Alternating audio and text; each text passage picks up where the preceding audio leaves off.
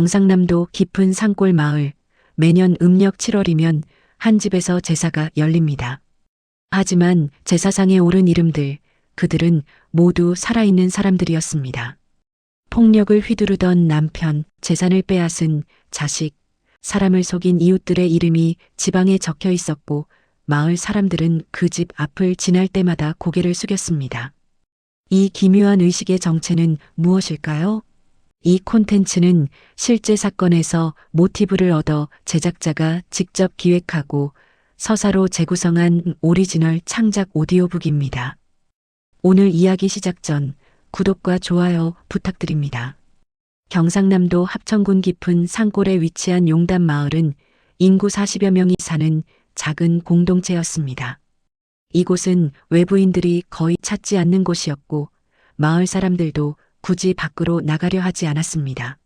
산으로 둘러싸인 분지 지형이라 겨울에는 눈이 많이 내렸고 여름에는 습기가 차올라 안개가 자욱했습니다. 마을 입구에는 수백 년 된 느티나무가 서 있었고 그 나무 아래에는 작은 돌탑이 쌓여 있었습니다. 마을 사람들은 그 나무를 지날 때마다 허리를 숙여 인사를 했고 외지에서 온 사람들은 그 풍경을 보며 참 정겹다고 생각했습니다. 하지만 이 마을에는 외부인들이 알지 못하는 기묘한 풍습이 하나 있었습니다. 매년 음력 7월 보름 마을 가장 안쪽에 위치한 한 집에서는 제사가 열렸습니다. 그 집은 마을에서 가장 오래된 기와집이었고 담장은 낮아서 밖에서도 마당이 훤히 들여다 보였습니다. 제사를 지내는 날이면 마을 사람들은 하던 일을 멈추고 집 안에 들어가 문을 닫았습니다. 아이들도 밖에 나오지 않았고 개조차 짖지 않았습니다. 마을 전체가 숨을 죽이는 것 같았습니다. 그 집의 주인은 82세의 노파 정순례 씨였고 그녀는 혼자 살고 있었습니다. 남편은 20년 전에 세상을 떠났고 자식은 없었습니다. 순례 씨는 평소에는 과묵한 사람이었지만 마을 사람들에게 친절했고 누가 도움을 청하면 마다하지 않았습니다. 하지만 7월 보름만큼은 아무도 그녀의 집에 가까이 가지 않았습니다. 제사를 지내는 날 아침 순례 씨는 해가 뜨기 전에 일어나 마당을 쓸고 대문을 활짝 열어놓았습니다. 그리고 안방에 제사상을 차리기 시작했습니다. 일반적인 제사상과 크게 다르지 않았습니다. 흰 쌀밥을 3그릇 담았고 생선과 나물을 올렸으며 과일도 정성스럽게 깎아 놓았습니다. 향로에는 향을 꽂았고 촛불을 켰습니다. 하지만 제사상 한가운데 놓인 지방을 본 사람이라면 누구나 기묘함을 느꼈을 것입니다. 그곳에는 3개의 이름이 적혀 있었는데 그 이름들의 주인공은 모두 살아있는 사람들이었기 때문입니다. 이장수, 김덕만, 박영희, 이 3사람은 현재 마을에서 살고 있는 사람들이었고 모두 건강했으며 죽을 징조도 보이지 않았습니다. 순례 씨는 제사상 앞에 무릎을 꿇고 앉아 향을 피웠고 두 손을 모아 절을 올렸습니다. 그녀의 얼굴에는 슬픔도 분노도 어떤 감정도 드러나지 않았습니다. 다만 담담한 표정으로 의식을 진행할 뿐이었습니다. 순례 씨는 낮은 목소리로 중얼거렸고 그 목소리는 마치 기도 같기도 하고 주문 같기도 했습니다. 이장수, 그대는 평생 주먹으로 사람을 다스렸습니다. 김덕만, 그대는 부모의 재산을 홀로 차지했습니다. 박영희, 그대는 이웃의 땅을 속임수로 빼앗았습니다. 그대들의 이름을 여기 올립니다. 살아있으나 이미 죽은 자들이여. 순례 씨의 목소리는 떨리지 않았고 그녀는 정해진 순서대로 절을 올렸으며 제사 음식을 정갈하게 올렸습니다. 마을 사람들은 순례 씨의 집 근처를 지나가지 않으려 했지만 가끔 지나가야 할 일이 있으면 최대한 조용히 가리고 빠르게 지나갔습니다. 그들은 고개를 숙이고 눈을 내리깔며 마치 무언가를 보지 않으려는 듯 걸었습니다. 어떤 이는 집 앞을 지나며 작은 목소리로 죄송합니다라고 중얼거리기도 했고 어떤 이는 손을 모아 잠깐 기도를 하기도 했습니다. 아이들은 그 집 근처에 가지 말라는 어른들의 경고를 들었고 호기심이 생겨도 감히 다가가지 못했습니다. 마을에서 가장 나이가 많은 할아버지는 손자에게 이렇게 말했습니다. 저 집은 특별한 곳이야. 순례 할머니는 우리 마을의 기억을 지키는 사람이란다. 그분이 하시는 일을 방해하면 안 돼. 손자는 무슨 뜻인지 이해하지 못했지만 할아버지의 엄숙한 표정을 보고는 더 이상 묻지 않았습니다. 제사는 정오까지 이어졌고 순례 씨는 모든 절차를 정확하게 진행했습니다. 마지막으로 제사 음식을 내리고 지방을 태우며 향을 끄는 것으로 의식을 마쳤습니다. 그리고 그녀는 제사상을 치우고 음식들을 정리했습니다. 제사 음식은 혼자 먹지 않고 마을 공동 창고에 가져다 놓았습니다.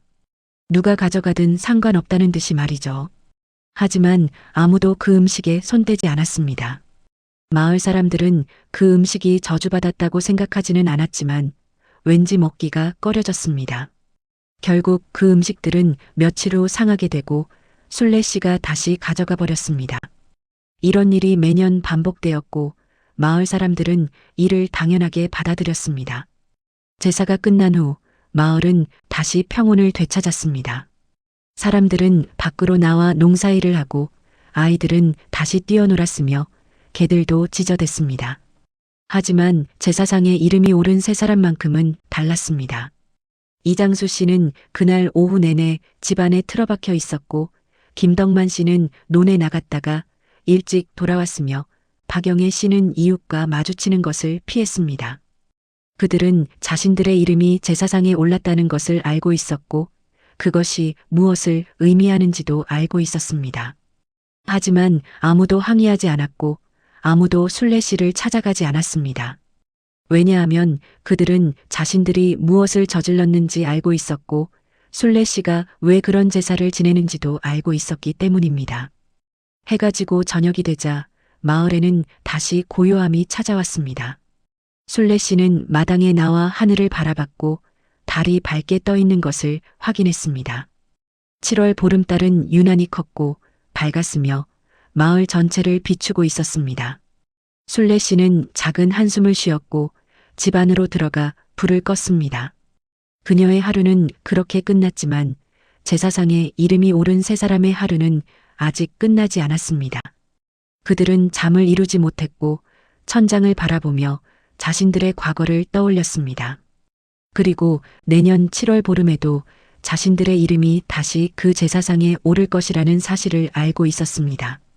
이것이 용담 마을의 7월 보름 풍경이었고 이 의식은 이미 15년째 이어지고 있었습니다. 제사상에 이름이 오른 사람들에게는 공통점이 있었습니다. 그들은 모두 마을에서 문제를 일으킨 사람들이었고 다른 사람들에게 상처를 준 사람들이었습니다. 그중 첫 번째 인물인 이장수 씨는 68세의 남자로 마을에서 가장 힘이 센 사람으로 알려져 있었습니다. 그는 젊었을 때 건설 현장에서 일했고 덩치가 크고 목소리도 컸습니다. 하지만 그의 힘은 가족들에게도 향했습니다. 이장수 씨는 술을 마시면 아내를 때렸고 자식들에게도 폭력을 휘둘렀습니다. 마을 사람들은 이를 알고 있었지만 아무도 나서지 않았습니다. 그 시절에는 집안일에 남이 끼어드는 것을 좋지 않게 봤고 이장수 씨의 덩치를 두려워하기도 했습니다. 결국 그의 아내는 50대 초반의 병으로 세상을 떠났고 자식들은 모두 마을을 떠나 돌아오지 않았습니다. 이장수 씨는 지금 혼자 살고 있었고 나이가 들면서 힘도 약해졌지만 여전히 거친 말투를 유지하고 있었습니다. 두 번째 인물인 김덕만 씨는 73세의 남자로 마을에서 가장 부유한 사람 중 하나였습니다. 그의 부는 부모님께서 물려주신 땅과 재산 덕분이었지만 그 재산을 형제들과 나누지 않고 혼자 차지했습니다. 김덕만 씨에게는 남동생과 여동생이 있었는데 부모님이 돌아가신 후 유산 분배 과정에서 그는 서류를 조작하고 동생들을 속여 거의 모든 재산을 가져갔습니다. 남동생은 억울함을 호소했지만 증거가 없었고 결국 마을을 떠났습니다. 여동생은 오빠를 믿었다가 배신당한 후 정신적 충격을 받았고 지금은 요양원에서 지내고 있습니다. 김덕만 씨는 그 재산으로 편안한 노후를 보내고 있었고 마을 사람들 앞에서는 자선 사업을 하는 척했지만 실제로는 인색하기로 유명했습니다. 세 번째 인물인 박영희 씨는 70세의 여자로 겉보기에는 매우 친절하고 상냥한 사람처럼 보였습니다. 하지만 그녀는 이웃의 땅을 교묘하게 빼앗은 과거가 있었습니다. 15년 전 박영애 씨의 옆집에는 홀로 사는 노인이 있었는데 그 노인은 자식이 없었고 건강도 좋지 않았습니다. 박영애 씨는 그 노인을 친절하게 돌봐주는 척하며 신뢰를 얻었고 결국 노인이 자신에게 땅을 물려주겠다는 유언을 남기도록 유도했습니다. 노인이 세상을 떠난 후 박영애 씨는 그 땅을 차지했고 나중에 그 땅을 비싼 값에 팔아 큰 이익을 남겼습니다. 마을 사람들은 이 사실을 알고 있었지만 법적으로 문제가 없었기 때문에 어쩔 수 없었습니다. 박영애 씨는 지금도 마을에서 친절한 사람으로 통하지만 사람들은 그녀를 경계했고 깊은 관계를 맺으려 하지 않았습니다. 이 세 사람은 모두 법적으로는 처벌받지 않았습니다. 이장수 씨의 가정폭력은 신고되지 않았고 김덕만 씨의 재산 독차지는 증거가 부족했으며 박영희 씨의 땅 취득은 합법적이었습니다. 하지만 마을 사람들은 그들이 무엇을 했는지 알고 있었고 그것을 잊지 않았습니다. 그리고 정순례 씨는 그 기억을 제사라는 형식으로 기록하고 있었습니다. 제사상에 그들의 이름이 오른다는 것은 단순한 의식이 아니었습니다. 그것은 그들이 사람으로서의 도리를 다하지 못했다는 선언이었고 마을 공동체에서 이미 죽은 것과 다름없다는 의미였습니다. 마을 사람들은 이를 받아들였고 제사상에 이름이 오른 사람들을 대할 때 묘한 거리감을 유지했습니다. 제사가 끝난 다음 날 이장수 씨는 평소처럼 마을 구멍가게에 갔습니다. 그는 담배 한 갑을 사려고 했지만 가게 주인은 그를 보자마자 표정이 굳어졌습니다. 가게 주인은 말없이 담배를 건넸고 이장수 씨는 돈을 내고 나왔습니다. 하지만 그 짧은 순간 이장수 씨는 가게 주인의 눈빛에서 무언가를 읽을 수 있었습니다. 그것은 동정도 아니었고 분노도 아니었으며 그저 냉담한 무관심이었습니다. 마치 이장수 씨가 이미 존재하지 않는 사람처럼 투명 인간처럼 대하는 것이었습니다. 이장수 씨는 불편한 마음으로 집으로 돌아왔고 그날 하루 종일 아무도 그에게 말을 걸지 않았다는 것을 깨달았습니다. 김덕만 씨는 제사 다음 날 은행에 갔습니다. 그는 정기적으로 은행을 방문해 자신의 재산을 확인하는 습관이 있었는데 이번에도 마찬가지였습니다. 은행 직원은 친절하게 응대했지만 김덕만 씨는 묘한 느낌을 받았습니다. 은행을 나와 마을로 돌아오는 길에 몇몇 마을 사람들과 마주쳤는데 그들은 김덕만 씨를 보고도 인사를 하지 않았습니다. 평소에는 먼저 다가와 인사를 건넸던 사람들이었지만 이번에는 고개를 돌리거나 다른 길로 가버렸습니다. 김덕만 씨는 기분이 상했지만 뭐라고 따지지는 못했습니다. 왜냐하면 그도 자신의 이름이 제사상에 올랐다는 것을 알고 있었고 그것이 무엇을 의미하는지 알고 있었기 때문입니다. 박영애 씨는 제사 다음 날 이웃집에 반찬을 가져다 주려고 했습니다. 그녀는 평소 이런 식으로 친절을 베풀며 이웃들과 좋은 관계를 유지하려 했습니다. 하지만 이번에는 이웃이 문을 열어주지 않았습니다. 박영애 씨는 벨을 여러 번 눌렀지만 집안에서는 아무 반응이 없었습니다. 나중에 알고 보니 이웃은 집에 있었지만 일부러 문을 열어주지 않은 것이었습니다. 박영애 씨는 상처를 받았고 집으로 돌아와 한참 동안 울었습니다. 그녀는 자신이 왜 이런 대우를 받아야 하는지 억울하다고 생각했지만 동시에 자신이 과거에 무엇을 했는지도 알고 있었습니다. 제사상에 이름이 오른 사람들은 점차 마을 공동체에서 고립되어 갔습니다. 사람들은 그들을 대놓고 비난하지는 않았지만 자연스럽게 거리를 두었습니다. 마을 회의가 있을 때도 그들의 의견은 무시되었고 마을 행사가 있을 때도 그들은 초대받지 못했습니다. 그들은 살아 있었지만 마을 사람들의 마음속에서는 이미 죽은 것과 다름없었습니다. 이것이 바로 정순례 씨가 만든 제사의 진짜 의미였습니다.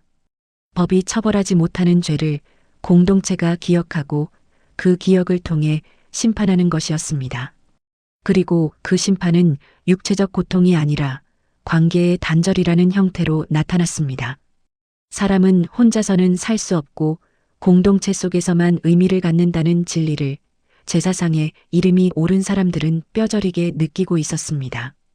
정순례 씨는 평범해 보이는 노파였습니다. 키는 작았고 등은 약간 굽어 있었으며 얼굴에는 세월의 주름이 깊게 패여 있었습니다. 그녀는 평소 검소한 옷을 입었고 화려한 장신구를 하지 않았으며 목소리도 크지 않았습니다. 마을 사람들은 그녀를 보면 그저 평범한 할머니라고 생각했지만 동시에 그녀를 함부로 대하지 않았습니다.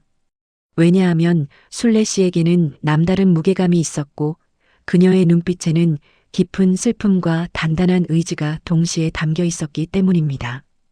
순례 씨는 마을에서 태어나고 자란 토박이였고 평생을 이 마을에서 살았습니다. 그녀의 삶은 순탄하지 않았지만 그녀는 한 번도 마을을 떠나려 하지 않았습니다.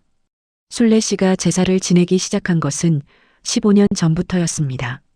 그해 7월 보름 그녀는 처음으로 제사상을 차렸고 살아있는 사람의 이름을 지방에 적었습니다. 그때 제사상에 오른 사람은 단 한 명, 이장수 씨였습니다. 마을 사람들은 처음에는 이해하지 못했고 어떤 이들은 순례 씨가 정신이 이상해진 것이 아닌가 걱정했습니다.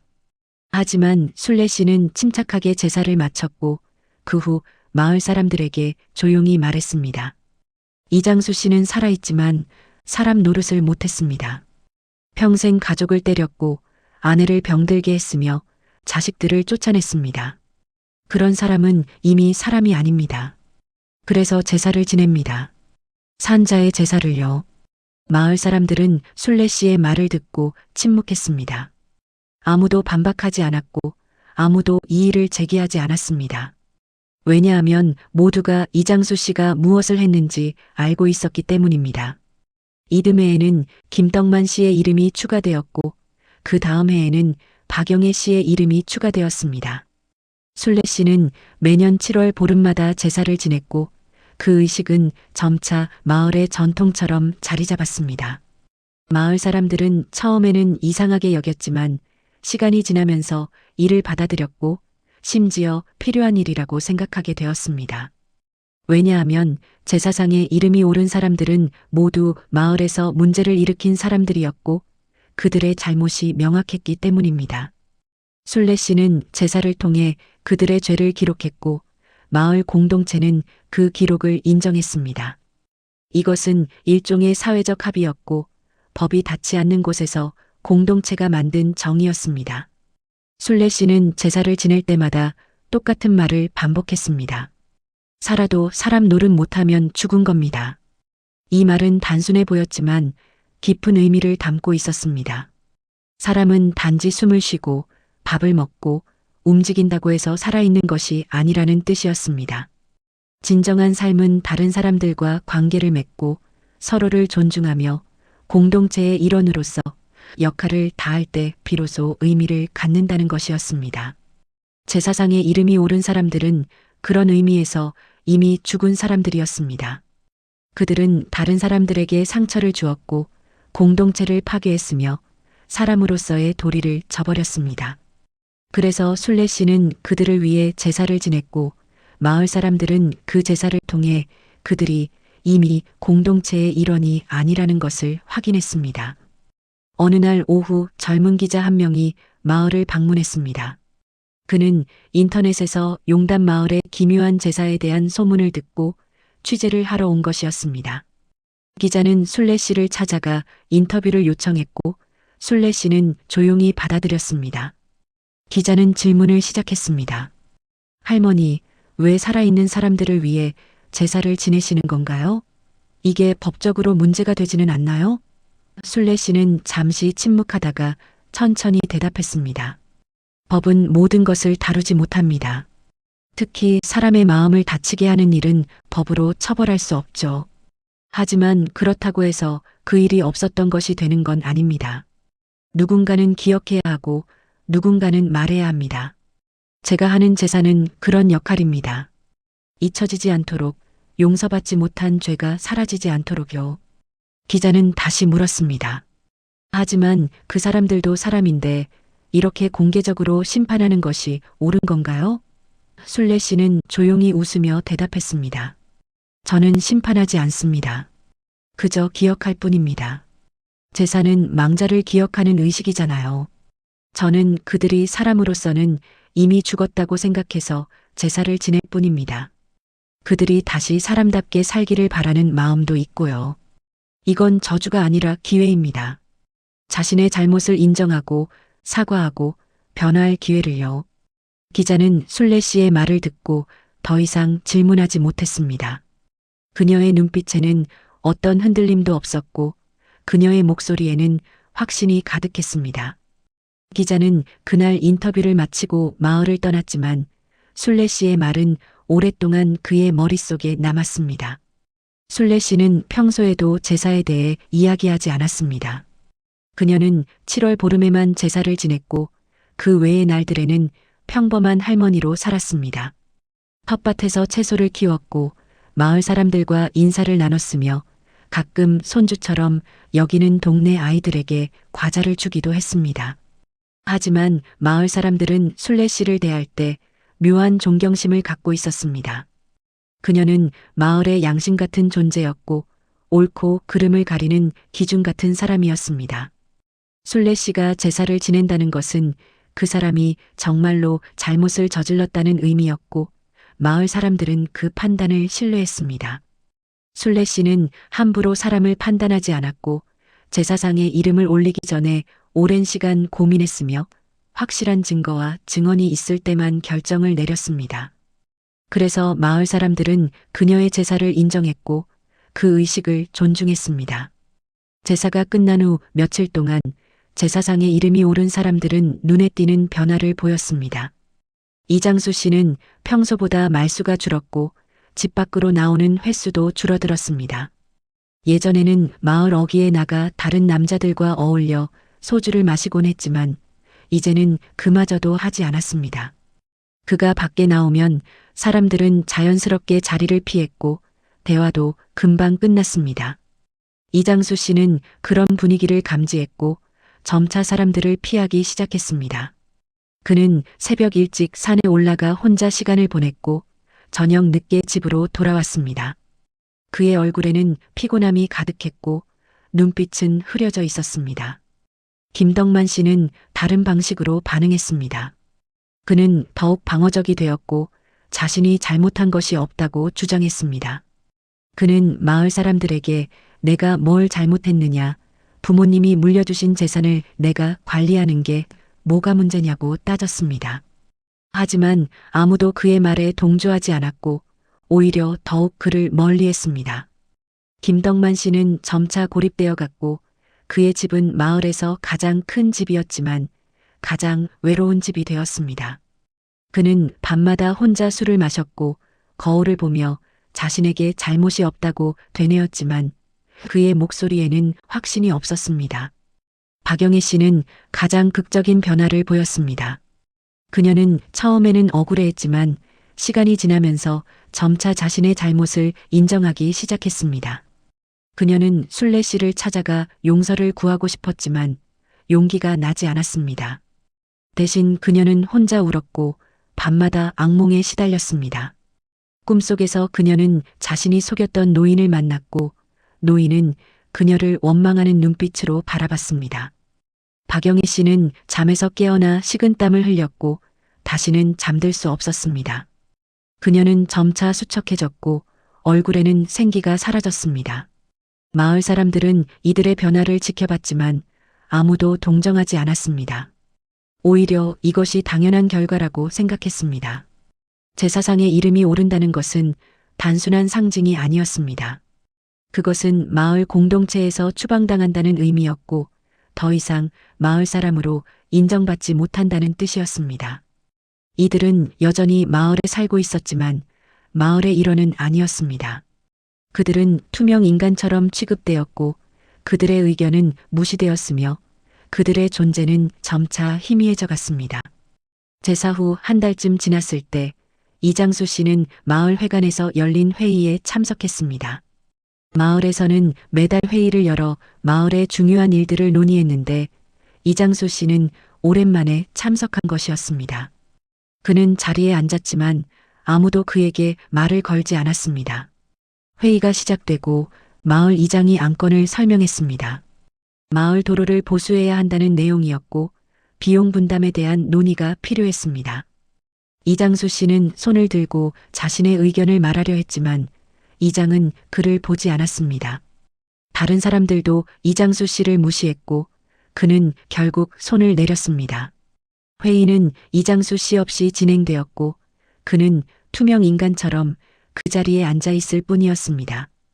회의가 끝난 후 이장수 씨는 조용히 회관을 나왔고 집으로 돌아가는 길에 눈물을 흘렸습니다. 김덕만 씨는 제사 후 2달쯤 지났을 때 마을 슈퍼마켓에서 물건을 사다가 카드가 거절당하는 일을 겪었습니다. 그는 당황했고 주인에게 왜 카드가 안 되느냐고 따졌습니다.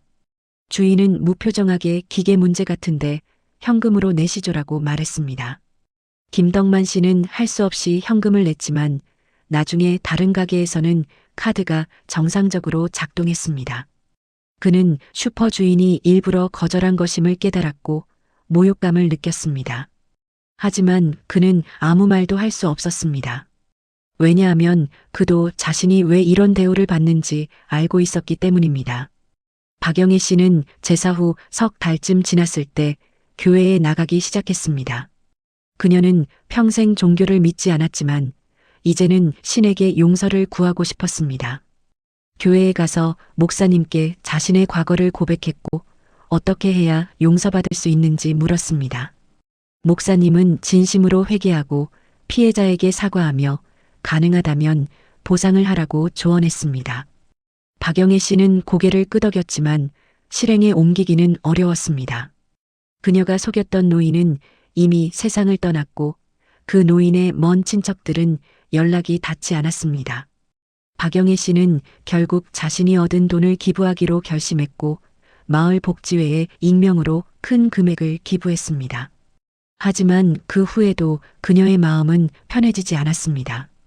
시간이 흐르면서 제사상에 이름이 오른 사람들은 점차 마을을 떠나기 시작했습니다. 가장 먼저 떠난 사람은 이장수 씨였습니다. 그는 어느 날 짐을 싸서 도시에 사는 딸에게 갔습니다. 딸은 처음에는 아버지를 받아들이기 꺼려했지만 아버지의 변화를 보고 마음을 열었습니다. 이장수 씨는 딸에게 평생 미안했다고 사과했고 딸은 눈물을 흘리며 아버지를 안아주었습니다. 그 후 이장수 씨는 도시에서 조용히 살았고 다시는 마을로 돌아오지 않았습니다. 김덕만 씨는 그 다음 해에 마을을 떠났습니다. 그는 자신의 집을 팔고 요양원으로 들어갔습니다. 그곳에서 그는 동생들을 찾으려 했고 여동생과 연락이 닿았습니다. 그는 여동생에게 진심으로 사과했고 남은 재산을 나눠주겠다고 약속했습니다. 여동생은 처음에는 거절했지만 결국 오빠의 진심을 받아들였습니다. 박영애 씨는 가장 오래 버텼지만 결국 그녀도 마을을 떠났습니다. 그녀는 자신이 살던 집을 팔고 산속 작은 마을로 이사했습니다. 그곳에서 그녀는 텃밭을 가꾸며 혼자 살았고 아무에게도 자신의 과거를 말하지 않았습니다. 하지만 그녀는 매일 아침 기도를 했고 자신이 속였던 노인의 명복을 빌었습니다. 제사상에 이름이 오른 세 사람 모두 결국 마을을 떠났고 용담 마을에는 다시 평온이 찾아왔습니다. 정순례 씨는 그들이 떠나는 것을 지켜봤지만 아무 말도 하지 않았습니다. 그녀는 그저 제사를 계속 지냈고 매년 7월 보름이 되면 제사상을 차렸습니다. 하지만 이제 그 제사상에는 이름이 없었습니다.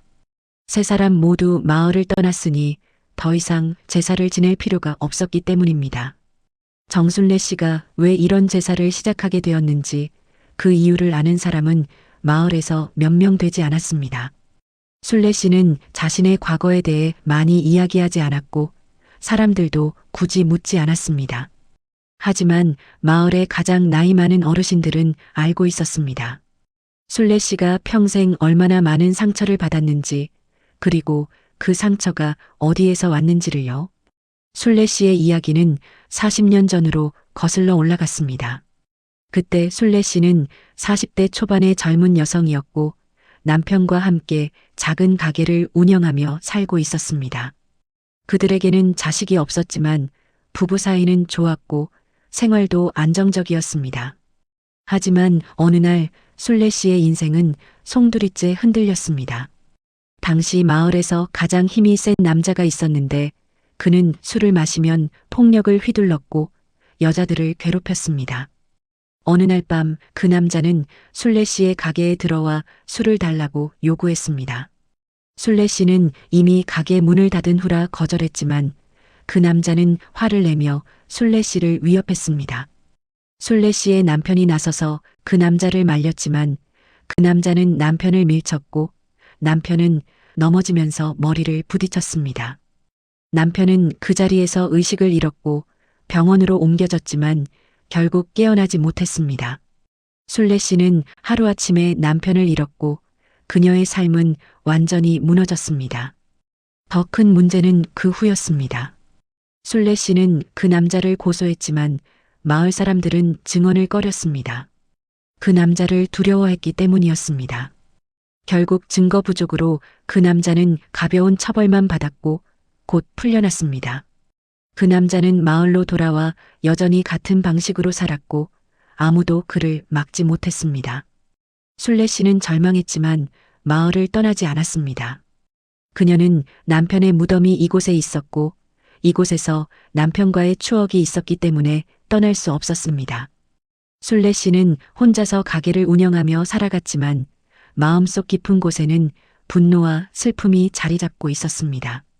시간이 흘러 그 남자는 나이가 들어 힘이 약해졌고 결국 병으로 세상을 떠났습니다. 하지만 순례 씨의 분노는 사그라들지 않았습니다. 왜냐하면 그 남자뿐만 아니라 다른 사람들도 순례 씨에게 상처를 줬기 때문입니다. 남편이 죽은 후 순례 씨의 시동생은 남편의 재산을 자기가 관리하겠다며 순례 씨를 속였고 결국 대부분의 재산을 가져갔습니다. 순례 씨는 법적으로 싸울 힘도 없었고 증거도 부족했습니다. 또 다른 이웃은 순례 씨가 어려울 때 도와주겠다며 돈을 빌려갔지만 갚지 않고 오히려 순례 씨를 피했습니다. 순례 씨는 이 모든 일들을 겪으며 깨달았습니다. 법은 모든 것을 해결해 주지 못하고 정의는 항상 승리하지 않으며 악한 사람들은 때로 처벌받지 않고 살아간다는 것을요. 하지만 순례 씨는 복수를 선택하지 않았습니다. 대신 그녀는 기억을 선택했습니다. 그녀는 자신에게 상처를 준 사람들을 잊지 않기로 결심했고 그들의 잘못을 기록하기로 했습니다. 그리고 15년 전 순례 씨는 처음으로 제사를 지냈습니다. 그때 제사상에 오른 사람은 이장수 씨였는데 그는 순례 씨의 남편을 죽게 만든 그 남자와 비슷한 사람이었습니다. 같은 방식으로 가족을 때리고 다른 사람들을 괴롭히는 사람이었습니다. 순례 씨는 그를 위해 제사를 지내며 말했습니다. 당신은 사람 노릇을 못했습니다. 그러니 이미 죽은 것입니다. 이것이 순례 씨의 제사가 시작된 이유였습니다. 마을의 가장 나이 많은 할아버지는 젊은 사람들에게 이 이야기를 들려주며 말했습니다. 순례 할머니는 복수를 한 게 아니야. 그분은 그저 잊지 않기로 한 거지. 우리가 잊으면 그 잘못들은 없었던 일이 돼. 그럼 똑같은 일이 또 일어나. 순례 할머니는 그걸 막으려고 제사를 지내는 거야. 우리 모두에게 경고하는 거지. 사람답게 살지 않으면 비록 법이 처벌하지 않더라도 공동체가 기억한다고 말이야. 젊은 사람들은 이 이야기를 듣고 순례 씨를 다시 보게 되었습니다. 그녀는 단순히 이상한 할머니가 아니었습니다. 그녀는 마을의 양심이었고 역사를 기록하는 사람이었으며 정의를 지키는 수호자였습니다. 순례 씨 자신도 이에 대해 한번 말한 적이 있었습니다. 어느 겨울날 마을 회관에서 난로를 쬐며 몇몇 어르신들과 이야기를 나누던 중이었습니다. 누군가 조심스럽게 물었습니다. 순례 씨 제사를 지내면서 힘들지 않으세요? 그 사람들을 생각하면 화도 나고 그러실 텐데요. 순례 씨는 잠시 불을 바라보다가 조용히 대답했습니다. 화는 나지 않아요. 이제는요. 오히려 불쌍해요. 그 사람들은 평생 잘못된 방식으로 살았고 그 때문에 모든 것을 잃었어요. 가족도 친구도 존경도요. 제가 제사를 지내는 건 그들을 벌주려는 게 아니에요. 그들에게 마지막 기회를 주는 거예요. 자신의 잘못을 돌아보고 변화할 기회를요. 그리고 우리 모두에게도 경고하는 거고요. 이렇게 살면 안 된다고요. 그날 이후 마을 사람들은 순례 씨의 제사를 더욱 존중하게 되었습니다. 그것은 단순한 의식이 아니라 공동체를 지키는 중요한 행위였습니다. 순례 씨는 자신의 상처를 개인적인 원한으로 삼지 않고 공동체 전체를 위한 교훈으로 승화시켰습니다. 그녀의 제사는 과거를 기억하는 동시에 미래를 지키는 의식이었고 마을 사람들은 그것을 이해하고 받아들였습니다. 순례 씨는 평생 많은 것을 잃었지만 그녀는 그 상실을 의미 있는 것으로 만들었습니다. 그리고 그 의미는 마을 전체에 퍼져나가 사람들이 서로를 더 존중하고 더 조심스럽게 대하도록 만들었습니다. 15년째 제사를 지내던 어느 해 마을에 놀라운 일이 일어났습니다. 7월 보름이 다가오자 순례 씨는 평소처럼 제사 준비를 시작했습니다. 하지만 이번에는 뭔가 달랐습니다. 순례 씨는 제사상을 차리며 지방을 쓰는데 그 지방에 적힌 이름을 본 사람들은 모두 충격을 받았습니다. 거기에는 정순례, 바로 순례 씨 자신의 이름이 적혀 있었던 것입니다. 마을 사람들은 처음에는 순례 씨가 실수한 것이라고 생각했습니다. 하지만 순례 씨는 침착하게 제사를 진행했고 그녀의 표정에는 어떤 흔들림도 없었습니다. 마을 전체가 술렁이기 시작했고 사람들은 이게 무슨 의미인지 궁금해했습니다. 제사가 끝난 후 몇몇 마을 사람들이 순례 씨를 찾아왔습니다. 그들은 조심스럽게 물었습니다. 순례 씨, 왜 자신의 이름을 제사상에 올리신 겁니까? 무슨 일이 있으신 건가요? 순례 씨는 차를 대접하며 천천히 말을 시작했습니다. 제가 15년 동안 다른 사람들을 위해 제사를 지냈습니다. 그들이 사람 노릇을 못했다고 판단하고 그들의 이름을 제사상에 올렸죠. 하지만 최근에 깨달았습니다. 저 역시 완벽하지 않다는 것을요. 저도 누군가에게 상처를 줬고 잘못을 저질렀습니다. 그래서 제 이름도 제사상에 올렸습니다. 이것이 공정한 일이라고 생각했습니다. 사람들은 순례 씨의 말을 듣고 더욱 혼란스러워했습니다. 하지만 순례 씨는 평생 선하게 사셨잖아요. 누구를 해치지도 않으셨고 오히려 마을을 위해 많은 일을 하셨는데요. 순례 씨는 고개를 저었습니다. 아니에요. 저도 잘못을 했습니다. 제가 제사를 지내며 다른 사람들을 판단했지만 그 판단이 항상 옳았던 건 아닐 수도 있어요.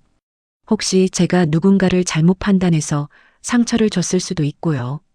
또 저는 제 상처에 너무 오래 머물렀습니다. 용서하지 못하고 과거에 갇혀 살았죠. 그것도 잘못이에요. 그래서 제 이름을 올렸습니다. 저 자신에게도 같은 기준을 적용하는 거예요. 마을 사람들은 순례 씨의 말을 듣고 깊은 생각에 잠겼습니다. 누군가 물었습니다. 그럼 이제 어떻게 하실 건가요? 마을을 떠나실 건가요? 순례 씨는 미소를 지으며 대답했습니다. 아니요, 떠나지 않을 겁니다. 제사상에 이름이 오른 다른 사람들은 떠났지만 저는 다른 선택을 하려고 합니다. 저는 여기 남아서 제 잘못을 인정하고 더 나은 사람이 되려고 노력할 겁니다. 제사를 지내는 것의 진짜 의미는 사람을 쫓아내는 게 아니라 변화의 기회를 주는 거잖아요. 저도 그 기회를 받아들이겠습니다. 다음 날 마을 회관에서 긴급 회의가 열렸습니다. 마을 사람들 거의 전부가 참석했고 주제는 순례 씨의 제사에 관한 것이었습니다. 회의는 열띤 토론으로 이어졌습니다.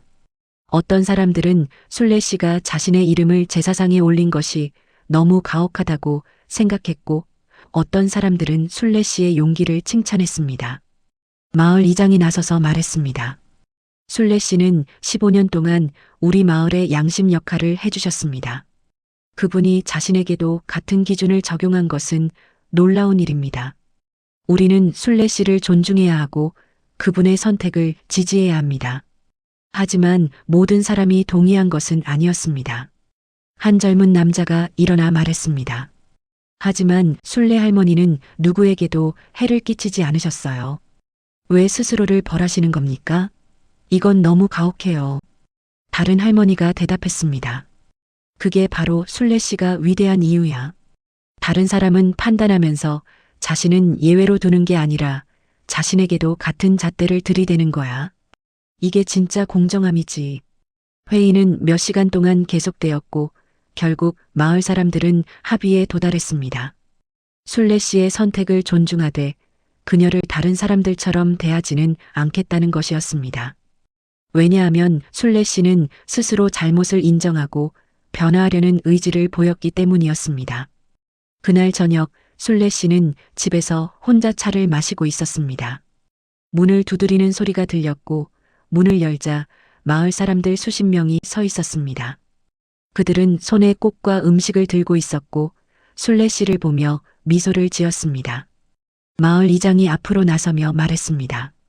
순례 씨, 우리는 당신을 존경합니다. 당신은 15년 동안 우리 마을을 지켜주셨고 이제 자신에게도 같은 기준을 적용하셨어요.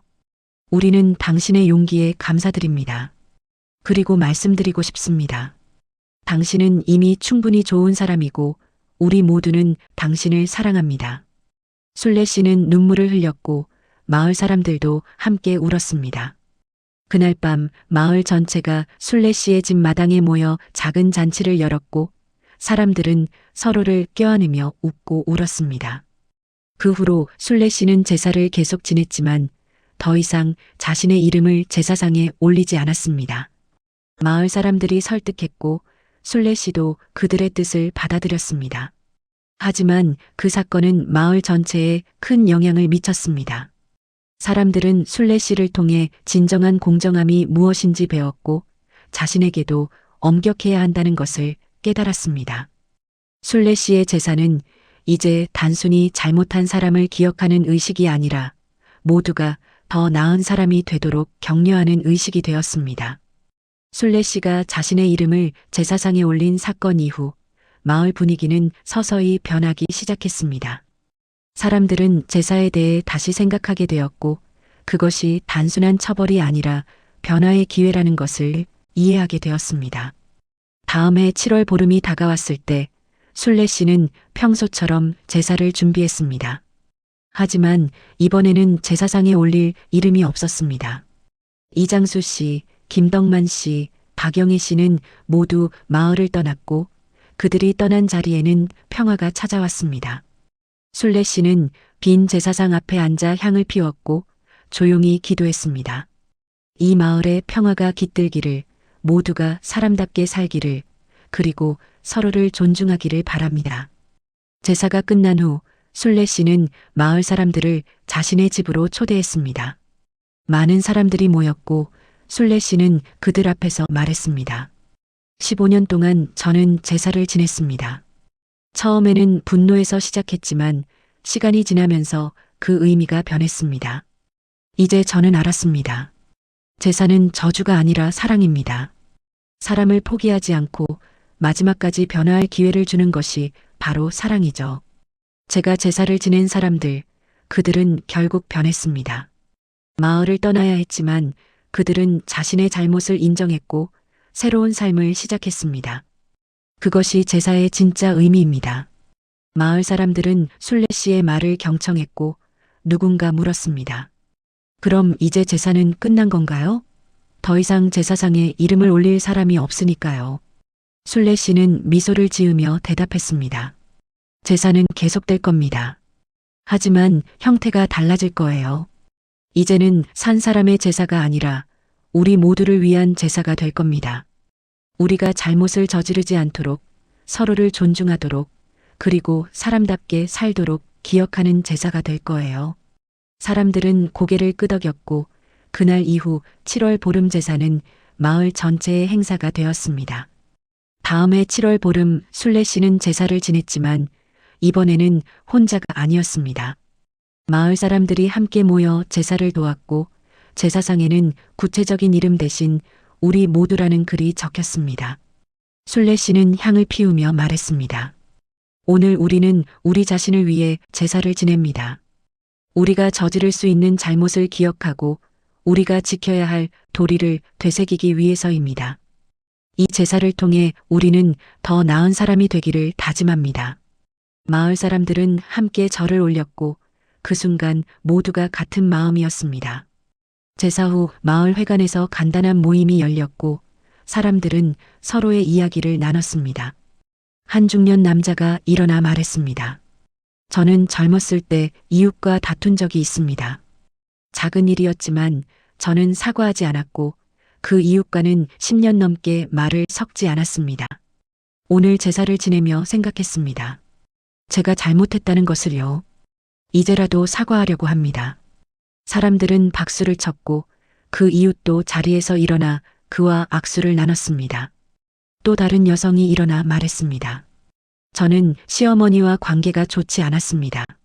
하지만 오늘 깨달았어요. 시어머니도 나름의 고충이 있었다는 것을요.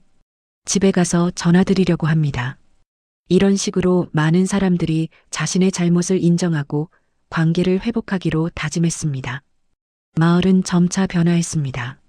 사람들은 서로를 더 존중하게 되었고 갈등이 생겼을 때 대화로 해결하려고 노력했습니다.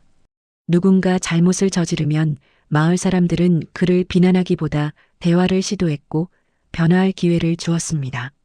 순례 씨의 제사는 이제 단순한 의식을 넘어서 마을 공동체의 철학이 되었습니다. 사람은 완벽하지 않고 누구나 실수를 하지만 중요한 것은 그 실수를 인정하고 변화하려는 의지라는 것을요. 몇 년 후 용담 마을은 지역에서 모범 마을로 선정되었습니다. 이웃 간의 갈등이 거의 없었고 마을 사람들의 만족도가 매우 높았기 때문입니다. 지역 신문에서 취재를 나왔고 기자는 마을 이장에게 물었습니다. 이 마을이 이렇게 평화로운 비결이 뭡니까? 이장은 잠시 생각하다가 대답했습니다. 우리에게는 특별한 전통이 있습니다. 매년 7월 보름에 우리 자신을 돌아보는 제사를 지냅니다. 그 제사를 통해 우리는 서로를 이해하고 용서하며 더 나은 공동체를 만들어갑니다. 이 모든 것은 한 분의 지혜로운 어르신 덕분입니다. 순례 씨는 80대 중반이 되었지만 여전히 건강했고 매년 제사를 주관했습니다. 하지만 이제는 혼자가 아니었습니다. 젊은 세대들도 제사에 참여했고 아이들에게도 그 의미를 가르쳤습니다. 제사는 세대를 이어 전승되었고 용담 마을의 정체성이 되었습니다. 순례 씨는 가끔 혼자 앉아 생각했습니다. 자신이 시작한 제사가 이렇게 의미 있는 것으로 변할 줄은 몰랐다고요. 처음에는 분노에서 시작했지만 결국 사랑으로 끝났습니다. 그것이 바로 진짜 제사의 의미였습니다. 10년이 더 흘렀습니다. 정순례 씨는 이제 92세가 되었고 몸은 많이 약해졌지만 정신은 여전히 또렷했습니다. 마을도 많이 변했습니다. 젊은 사람들이 도시로 떠나고 노인들만 남았지만 그래도 마을은 평화로웠습니다. 순례 씨는 여전히 매년 7월 보름에 제사를 지냈고 이제는 손주뻘 되는 젊은 사람들이 그녀를 도왔습니다. 제사는 이제 마을의 가장 중요한 행사가 되었고 멀리 떠난 사람들도 이날만큼은 마을로 돌아와 참석했습니다. 어느 해 7월 보름 놀라운 일이 일어났습니다. 마을을 떠났던 이장수 씨가 돌아온 것입니다. 그는 이제 80대 후반의 노인이 되어 있었고 딸의 부축을 받으며 걸었습니다. 마을 사람들은 그를 보고 놀랐지만 아무도 그를 멀리하지 않았습니다. 이장수 씨는 순례 씨를 찾아가 무릎을 꿇었고 떨리는 목소리로 말했습니다. 순례 씨, 저는 15년 전 이 마을을 떠났습니다. 그때 저는 화가 났고 억울하다고 생각했습니다. 하지만 시간이 지나며 깨달았습니다. 당신이 옳았다는 것을요. 저는 평생 잘못 살았고 많은 사람들에게 상처를 줬습니다. 이제라도 사과하고 싶어서 돌아왔습니다. 용서를 구합니다. 순례 씨는 이장수 씨의 손을 잡고 일으켜 세웠습니다. 그녀의 눈에는 눈물이 맺혔고 그녀는 조용히 말했습니다. 용서는 제가 할 수 있는 게 아닙니다. 당신이 상처를 준 사람들이 해야 할 일이죠. 하지만 제가 말할 수 있는 건 당신이 변했다는 것입니다. 그것만으로도 충분합니다. 환영합니다. 이장수 씨는 눈물을 흘렸고 마을 사람들도 함께 울었습니다. 그날 제사는 특별히 의미가 있었습니다. 과거를 인정하고 용서를 구하며 새로운 시작을 다짐하는 자리였습니다. 그 후 몇 달 뒤 김덕만 씨도 마을을 방문했습니다. 그는 요양원에서 지내고 있었지만 순례 씨를 만나고 싶어서 왔다고 했습니다. 그는 순례 씨에게 편지를 건넸고 그 편지에는 그의 진심 어린 사과와 반성이 담겨 있었습니다. 순례 씨는 편지를 읽고 고개를 끄덕였습니다. 당신도 변했군요. 그것으로 충분합니다. 김덕만 씨는 안도의 한숨을 쉬었고 평온한 표정으로 요양원으로 돌아갔습니다. 박영애 씨는 편지를 보냈습니다. 그녀는 건강이 좋지 않아 직접 방문할 수 없었지만 편지를 통해 자신의 마음을 전했습니다. 순례 씨는 그 편지를 읽고 답장을 썼고 두 사람은 편지를 주고받으며 화해했습니다. 순례 씨는 이 모든 일을 겪으며 깨달았습니다. 제사의 진짜 목적은 사람을 쫓아내는 것이 아니라 변화를 이끌어내는 것이었다는 것을요. 제사상에 이름이 올랐던 사람들은 모두 떠났지만 그들은 떠나면서 변했습니다. 그리고 결국 돌아와 용서를 구했습니다. 이것이 바로 순례 씨가 원했던 것이었습니다. 사람들이 자신의 잘못을 인정하고 더 나은 사람이 되는 것이었습니다. 어느 가을날 순례 씨는 마을 사람들을 모아놓고 조용히 말했습니다. 제가 시작한 제사는 이제 끝날 때가 됐습니다. 더 이상 제사상에 올릴 이름이 없습니다. 이 마을에는 모두 사람답게 사는 사람들만 남았습니다. 저는 이제 제 역할을 다했습니다. 마을 사람들은 놀라며 반대했지만 순례 씨는 고개를 저었습니다. 제사는 계속되어야 합니다. 하지만 제가 아닌 여러분이 이어가야 합니다. 여러분 스스로 서로를 돌아보고 잘못을 인정하며 더 나은 공동체를 만들어가야 합니다. 저는 그저 시작을 열었을 뿐입니다. 그 후 몇 년 동안 순례 씨는 제사를 마을 사람들과 함께 지냈고 점차 젊은 세대에게 역할을 넘겼습니다. 그리고 어느 봄날 정순례 씨는 평화롭게 잠들듯 세상을 떠났습니다. 마을 사람들은 그녀를 위해 성대한 장례식을 치렀고 모두가 눈물을 흘렸습니다. 순례 씨의 무덤은 마을이 내려다 보이는 언덕에 만들어졌고 그곳에서 그녀는 영원히 마을을 지켜보게 되었습니다. 순례 씨가 떠난 후에도 7월 보름 제사는 계속되었습니다. 하지만 이제는 형태가 완전히 바뀌었습니다. 제사상에는 더 이상 개인의 이름이 올라가지 않았고 대신 우리 모두의 성찰이라는 글이 적혔습니다. 마을 사람들은 그날 하루 동안 자신의 행동을 돌아보고 잘못한 것이 있으면 사과했으며 서로를 용서했습니다. 이것이 순례 씨가 남긴 유산이었고 용담 마을의 새로운 전통이 되었습니다. 몇십 년이 더 흐른 후 용담 마을은 여전히 평화로웠습니다. 마을 입구의 느티나무는 더욱 커졌고 그 아래에는 정순례 씨를 기리는 작은 비석이 세워졌습니다. 비석에는 이렇게 적혀 있었습니다. 살아도 사람 노릇 못하면 죽은 것이다. 하지만 잘못을 인정하고 변화한다면 다시 살아날 수 있다. 마을을 방문하는 사람들은 이 비석을 보고 고개를 끄덕였고 용담 마을의 이야기를 듣고 감동했습니다. 마을의 가장 나이 많은 할아버지는 손주들에게 순례 씨의 이야기를 들려주었습니다. 순례 할머니는 우리에게 중요한 것을 가르쳐 주셨단다. 사람은 실수를 하지만 중요한 건 그 실수를 인정하고 변화하는 거라는 것을 말이야. 그리고 공동체는 서로를 포기하지 않고 끝까지 기회를 주는 것이 사랑이라는 것도 가르쳐 주셨지. 손주들은 할아버지의 이야기를 듣고 고개를 끄덕였고 그들도 언젠가 자기 손주들에게 이 이야기를 전해주리라 다짐했습니다. 용담 마을의 7월 보름 제사는 이렇게 계속 이어졌고 그 의미는 세대를 거쳐 전승되었습니다. 더 이상 제사상에 살아있는 사람의 이름이 오르지 않았고 마을에서는 모두가 사람답게 살았습니다.